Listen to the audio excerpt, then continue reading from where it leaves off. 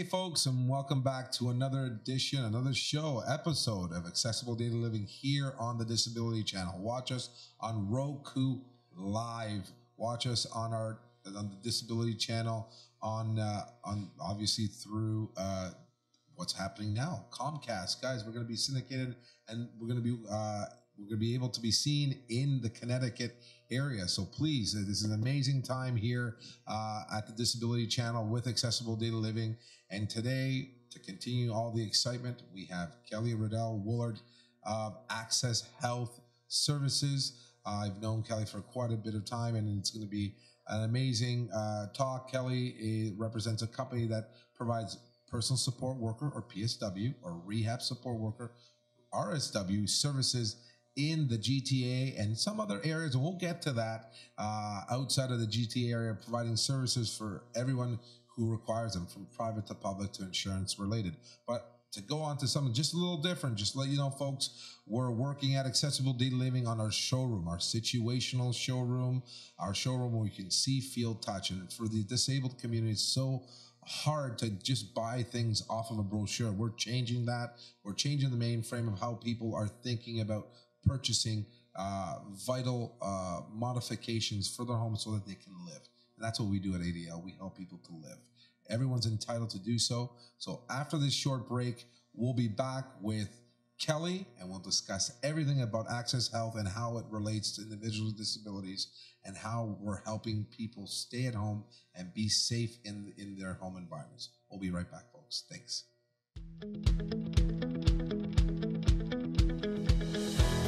Hello everyone, Lawrence Rinke here with New Bandage Technology.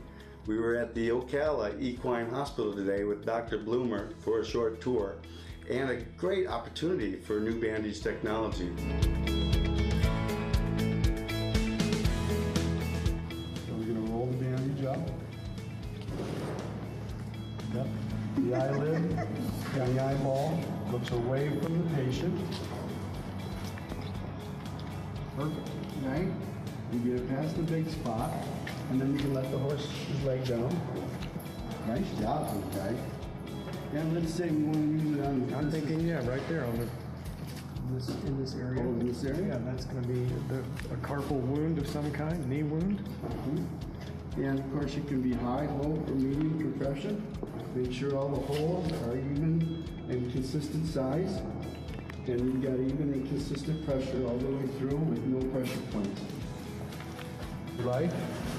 You can move the bandage down, address the wound, clean the wound, and then just bring it right back up again. If you want to adjust the bandage and you want it a little higher, you can bring it up and right back down again. If you want it higher, you can bring it right back up again. Yeah. And down. So you can keep adjusting it until it's perfect. Take it off. You start with the palms to the fingers. Stay in contact with it. Palms to fingers. Oh, thank you. And of course, a little assistance is always nice. If you want to make it loose,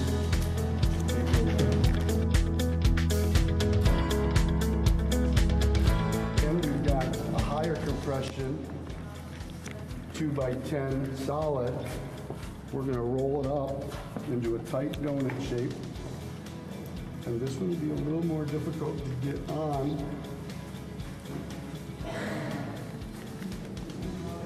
But again, the eyelid, the eyeball.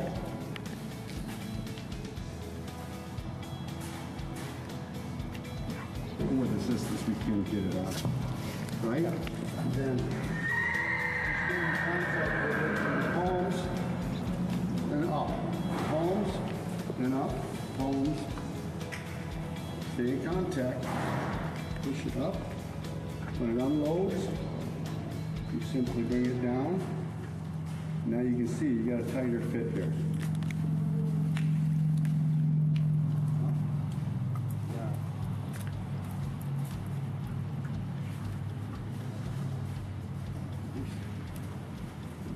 I like the way that looks, I really do. This is called cinching. If I want to bring this together, bring this joint together, I would cinch it by pulling it up, and I would cinch it by pulling it down. What that does is, because this bandage wants to go back to its original shape, it's pulling that joint back together, acting like an assist.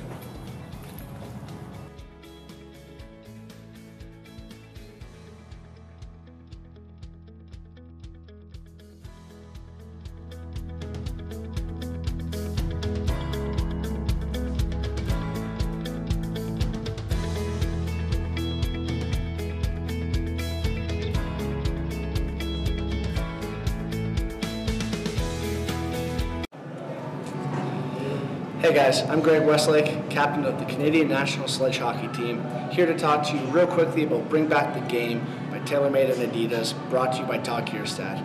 Listen, everybody, whether you're in school, whatever sport you're playing, you want a teacher that has passion, somebody that shows up, looks you in the eye, and wants to make you better.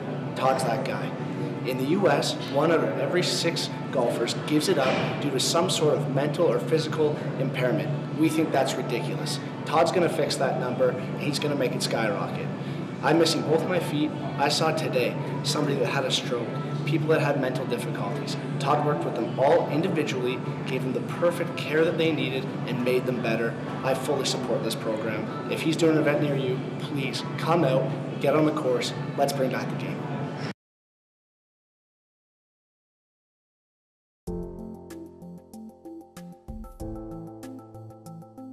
Life has a way of throwing you curveballs. Sometimes you're lucky enough to see it coming. Other times it just hauls off and hits you in the face without warning.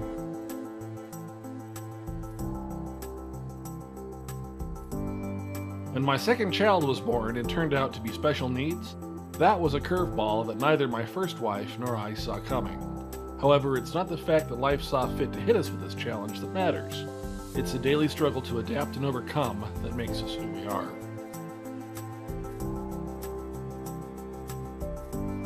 Being both a blended family and one with a special needs child definitely makes some days a real challenge to navigate successfully. It takes a full measure of teamwork from everyone involved to make the family work.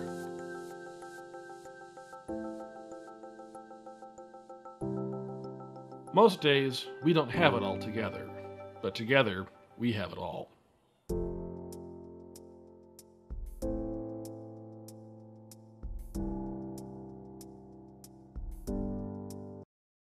Welcome back, everyone. After we left, I'm so happy with just having a brief discussion with Kelly about our relationship here, professional. I'm happy to have Kelly Woolard here, Riddell Woolard. Am I pronouncing it right, Kelly? That's fine. Okay, great. Kelly of Access Health Services. I said that right? Yes, you did. Awesome. You know, and Kelly, thank you so much for coming and spending time with us, especially with the holidays coming around and obviously winding down, obviously, for a little bit of time. You're going to take some time off for the holidays? Yes, the kids are off for a couple of weeks, so I'll take some time off with them and enjoy it with family. Oh, that's awesome. Well, I guess folks, we're, obviously getting closer to the new year. Be safe, be kind. If you're in line buying gifts, don't be rude or bump into people. Everyone will be able to, get out and enjoy the holiday season with our families. But here today, more importantly, we are here with Kelly to discuss her company, Access Health, and the services she provides to the disabled community. And I can't thank Kelly enough for her and her group and what they do in order to, support, help, protect. And they are frontline folks in the home environment for people who need support, whether it be in the home, taking care of them, or in the community, going out on community outings, and obviously allowing people to engage everything from social outings to doctor's appointments and so on and so forth. So Kelly, tell us a little bit about yourself and how did you get to here with Access Health? Thanks, Sean. Originally, I had gone to school and took correctional worker. I started out in the field of corrections, and after a placement at Joyceville Penitentiary, soon realized that was not for me. I went back to university and when I was in university, one of the jobs that I worked at was as a rehab support worker, and fell in love with it. So by the time I finished university, I stepped right into a full-time role, and it just went from there. And that was in 1994. So I have worked in the field of brain injury since that time. I've worked frontline, I've worked as a manager, I've worked as a director, I've worked in the public arena of acquired brain injury and other neurological issues, and I've worked in the private field for about the last 10 years. Oh, that's awesome. I knew you were a tough cookie, but correctional, I didn't know that about you at all. I kind of missed that probably when I looked through your CV a few weeks ago. So that's incredible. And you brought up brain injury. Is that, I mean, we need to let individuals, people out there, whether you have a disability or not, there's visible and non-visible disabilities out there. And obviously, sometimes most of the times with the individual with a brain injury, you really can't distinguish just by the physical outlook of an individual. It is compounded, obviously, potentially with any orthopedic injuries, maybe a spinal cord injury, what have you. How do you engage the acquired brain injury community? I mean, that is obviously your forte in terms of what you support, in terms of the clients you support. That's right. And do you mean engaging the individual? Yes. Yeah, you know, I think a lot of times just sitting down and having that conversation with the individual about what their experience is, and what it's like for them to experience life and living with a brain injury.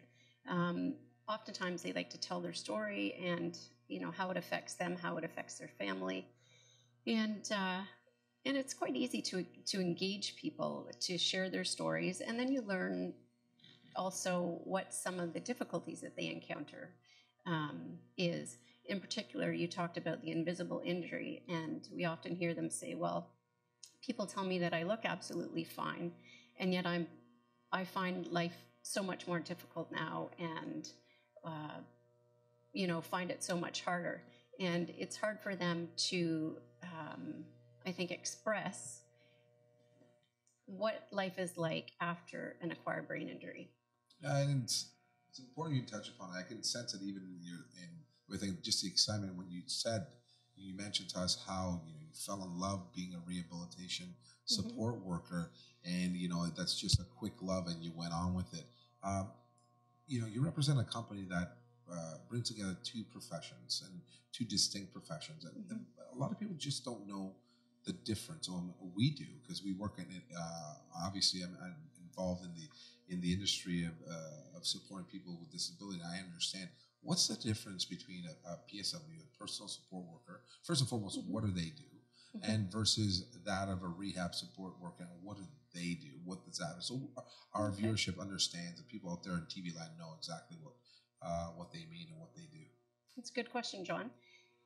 The rehab support worker is the person who will come into the client's home and implement the functional activities that helps the client obtain their goals. The rehab support worker is generally somebody who's educated in the post-secondary areas of social services. They could be, they could have some behavior therapy training. It could be sociology, it could be psychology. Generally, there is the post-secondary education piece. They have experience in acquired brain injury. They may have taken some courses in acquired brain injury.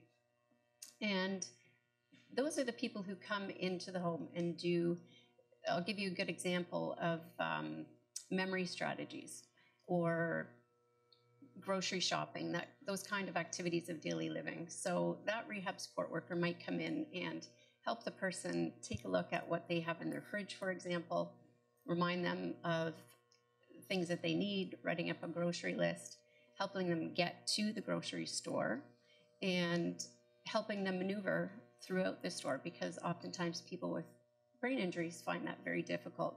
The lights, the noise, the distractions, it can be very difficult.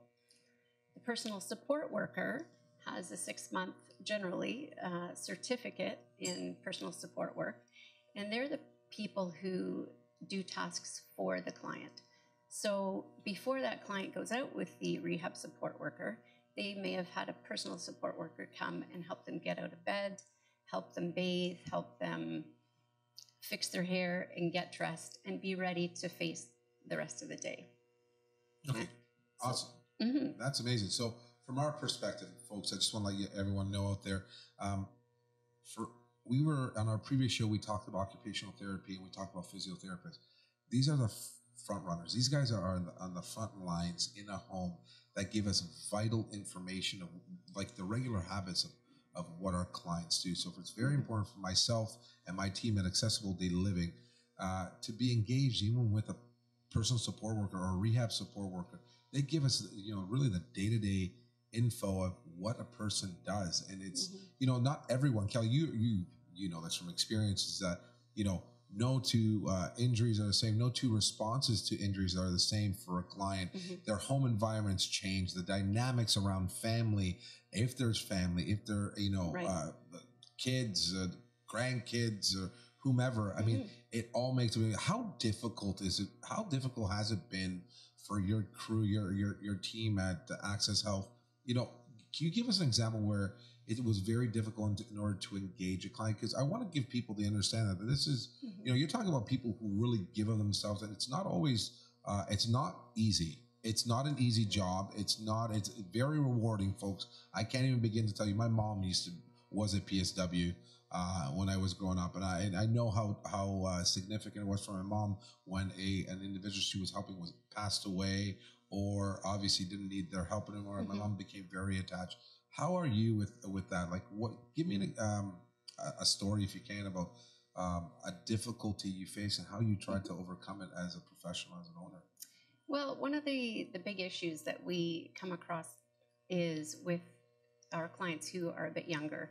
The teen years are particularly difficult, first of all, because one of the issues they face is a lack of insight. So they don't see that there's anything different about them, or that they have areas that they might need some improvement in. And these are, teenagers that want to be seen as normal, want to be seen as one of the crowd. It's difficult enough to be a teenager on a normal day, never mind if you have an acquired brain injury and you have difficulty with your grades, with your school, with relationships, with the entire social scene and your family, for example.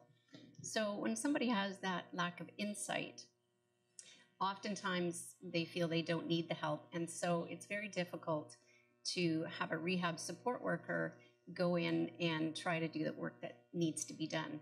If they need assistance with planning and organizing, oftentimes they just keep refusing and refusing and refusing. And as a result of that, their marks can go down, and oftentimes they aren't able to complete the courses or whatnot that they need to do. So our rehab support workers really need to know how to engage people. They need to know how to relate to some of these kids, how to gain their trust. They need to tell them and show them how they can be of help to them. So it takes a lot of time, it takes a lot of patience, but eventually that can happen.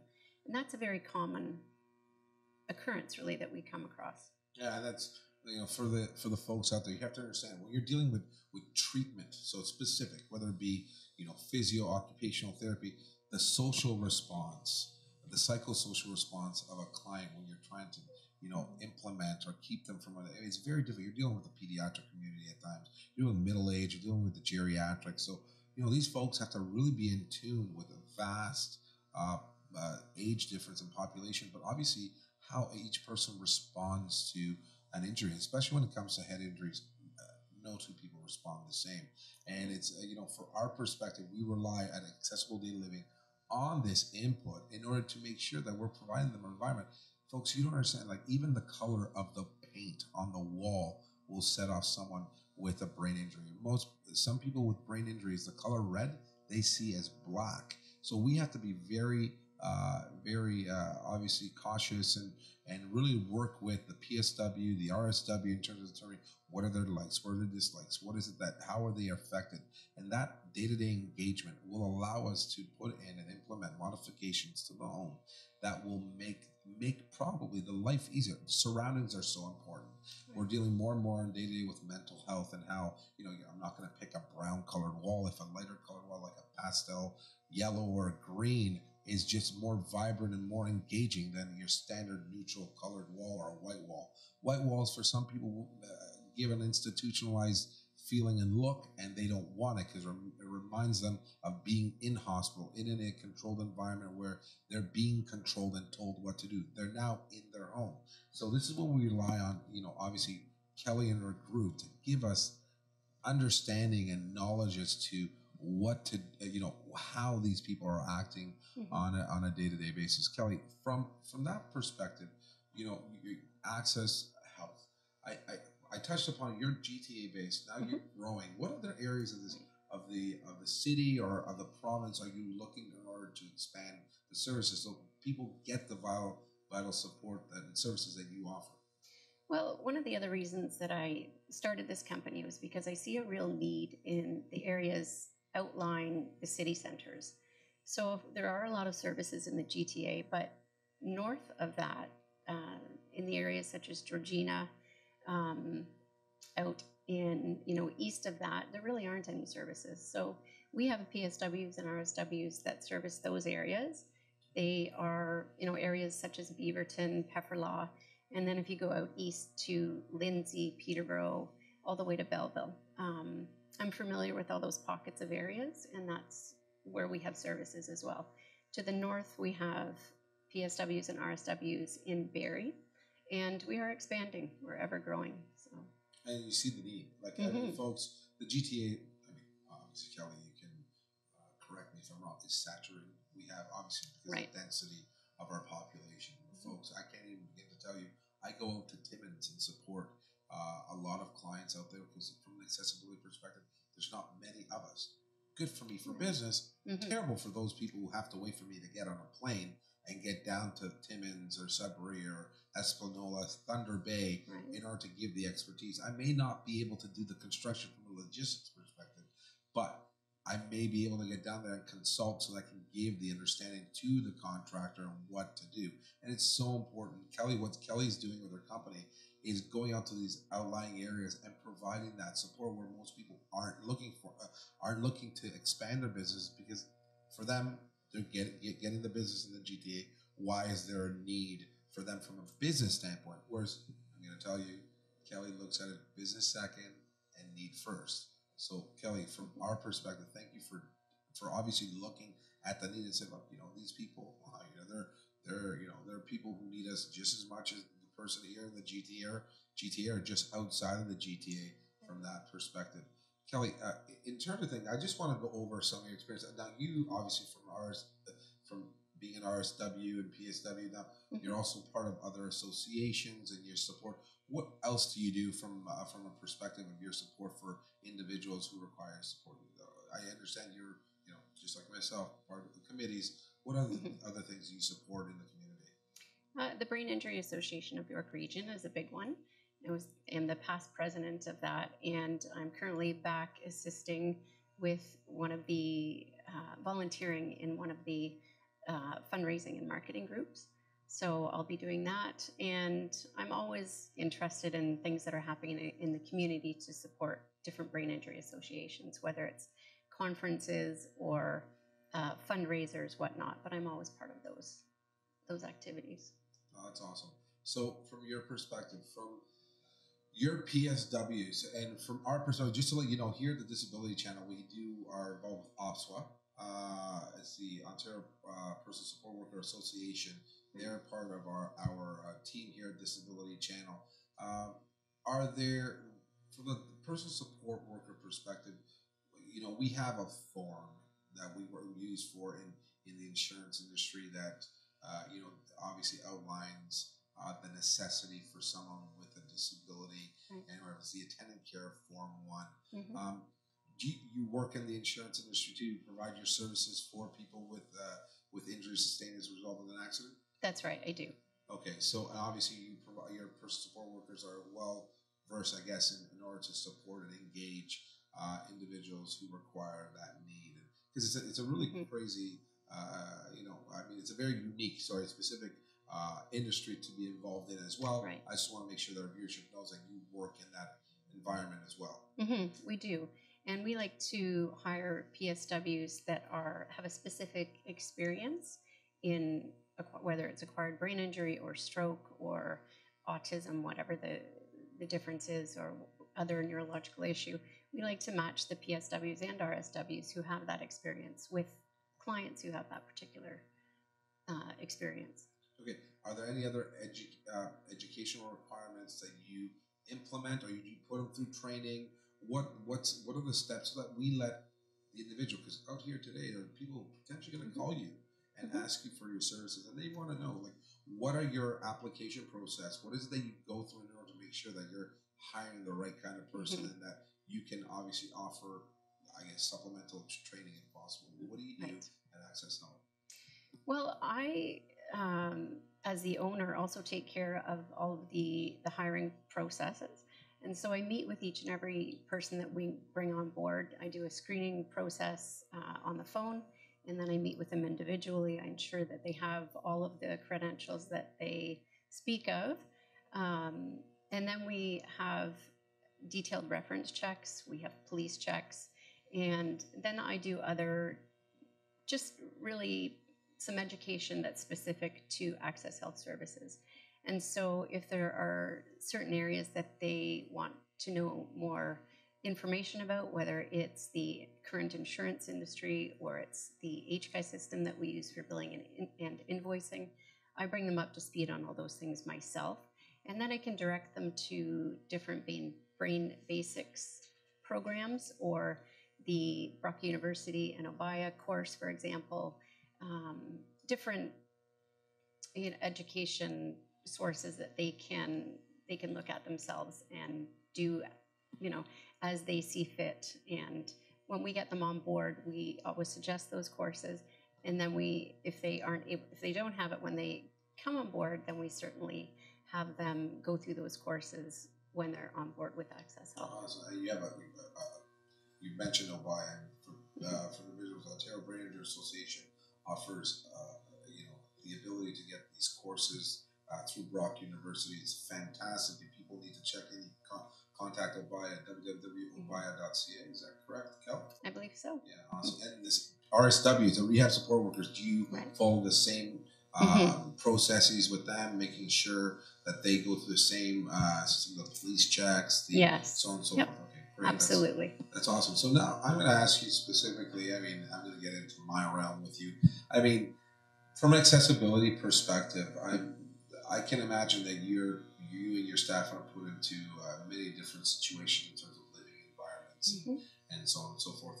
Are there, we're talking also about the PSW, and a lot of the times the PSW is engaged in daily hygiene. Has there ever been a time where you have been exposed to, or one of your employees been exposed to an environment that was completely unsafe for them and the person they were helping?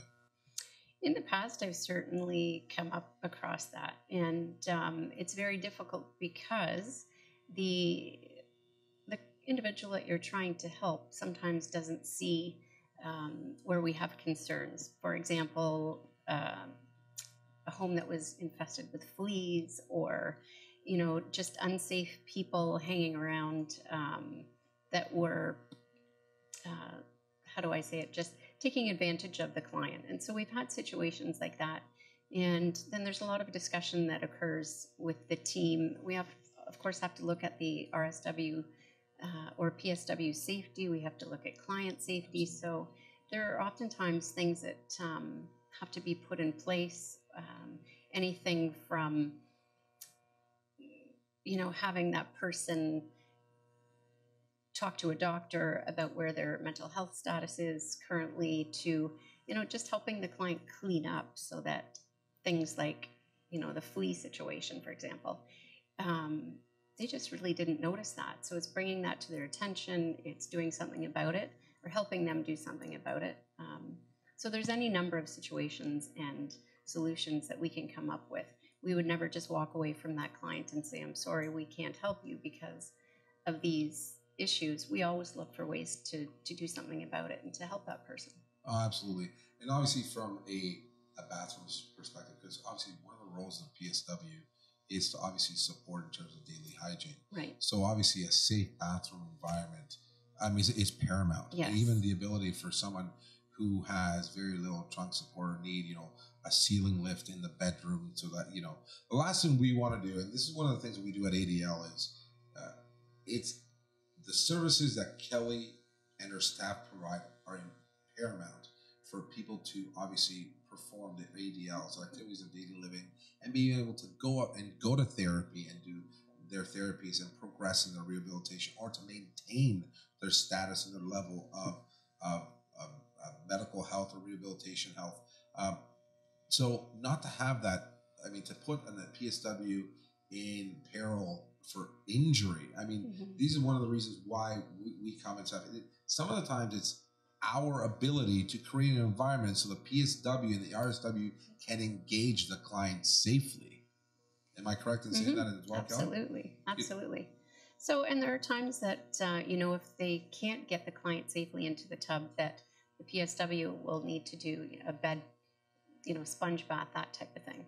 So, but you're exactly right. Their safety the safety of the client and the PSW or RSW has to be paramount. I appreciate it.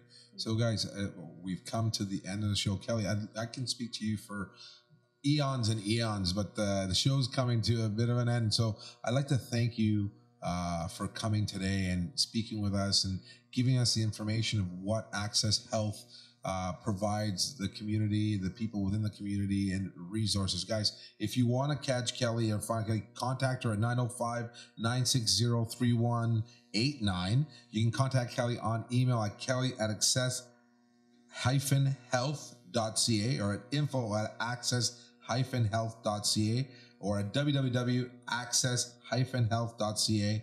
Guys, she's in the GTA. She's in Georgina, in Belleville, in Barrie. She's in Pefferlaw. She's around. And if you need to contact her and get the information out there to others who may require the services and the expertise of Kelly and her staff at Access Health. Kelly, again, thank you for joining me today, guys. Enjoy the holiday season, and Kelly, again, thank you. Thank you for having me, John. I appreciate it. Not a problem. We'll be right back after the short break.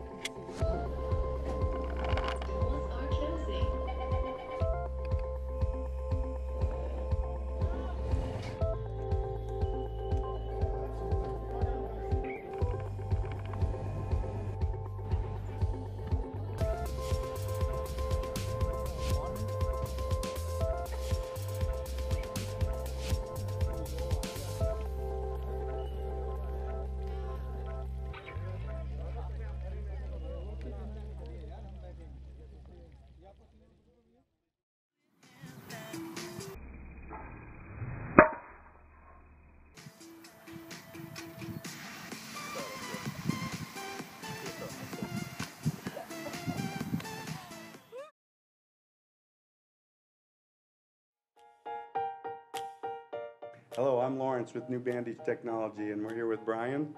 Hi, my name is Brian Frost. I'm a physical therapist with core rehabilitation and sports medicine. And we're here with Sophia. Sophia's been using the New Bandage Technology, and here she's a post-op ACL reconstruction about 3.5 to 4 weeks out from her surgery. And I've really seen the New Bandage has made a dramatic impact in its recovery time, allowing to accelerate her recovery speed and get her back into the exercises that are more functional for her, thereby allowing her to regain her muscle use and activation. The biggest thing that's done for her is that it's minimized the swelling post-operative and allowed her quad muscle to stay active so that we didn't have to spend the first 4 to 6 weeks of therapy reactivating the quad and stabilizing the knee. We've been able to do that in with just a few sessions, and it also gives her that compression that she needs so that she can move forward with these exercises. And that's exactly what you would want from a device like this. Brian, thanks so much. Absolutely. It's been a pleasure working with you. Thank you. Welcome back, folks. And again, I want to thank Kelly Riddell Woolard of Access Health for being on the show and obviously providing the information, the knowledge, the expertise of what a PSW, personal support worker, does, and what a rehab support worker, RSW, does, and how important they are to ADL.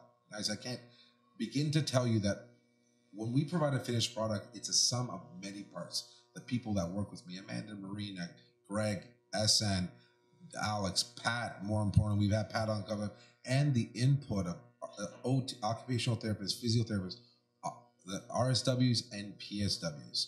So I want to thank Kelly again.